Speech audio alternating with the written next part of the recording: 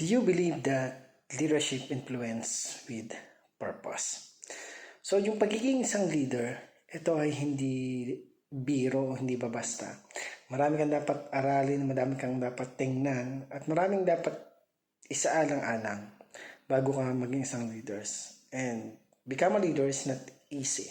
Kasi ito yung isang bagay na kung saan hindi mo lang siya minsan gagawin, kundi gagawin mo siya sa buong buhay na meron ka. How to inspire others, how to motivate others, how to lift up others kapag andun sila sa part na nanghihina sila at nahihirapan.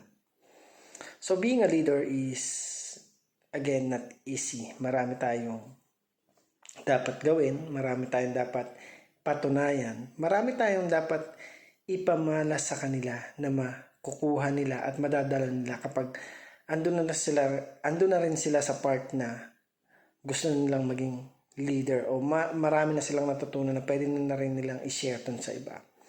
So, leadership influence with purpose. At isang bagay kung gusto mo na makita at malaman kung ano yung purpose ng buhay mo is to read the Bible.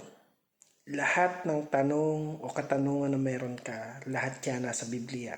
Siya yung sasagot sa'yo.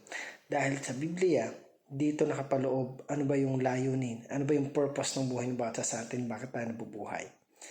Yes, maybe some of them, they are not allowed to read the Bible, but for those who are allowed at malayang basahin yung Biblia, then this is the time para alamin mo ano ba yung isang magandang impluensya na pwede kong makuha, magkaroon ng purpose yung buhay ko, how to lead people, na makuha ko yung simpatya nila doon sa paniniwala na dapat ay akma doon sa batas ng ating Panginoon. So napakahalaga sa buhay ng bawat sa atin na malaman natin na ano ba yung purpose ng ginagawa natin.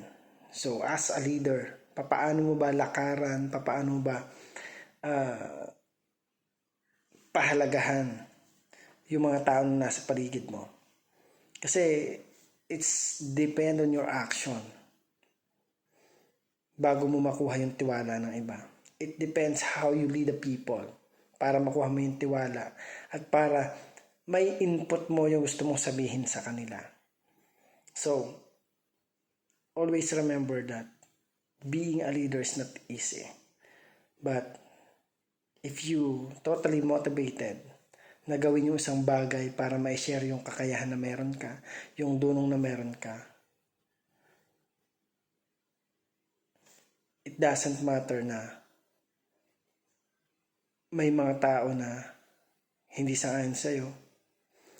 But the most important is you know that most of us, marami sa kanila is na-inspire sa'yo. And that's very important na malaman natin sa sarili natin ano ba yung kakayahan natin na pwede nating i-share. Ano ba yung kakayahan natin na pwede tayong maging bahagi ng pagbabago ng ibang tao para sa mas maganda at mas maayos pang pamumuhay.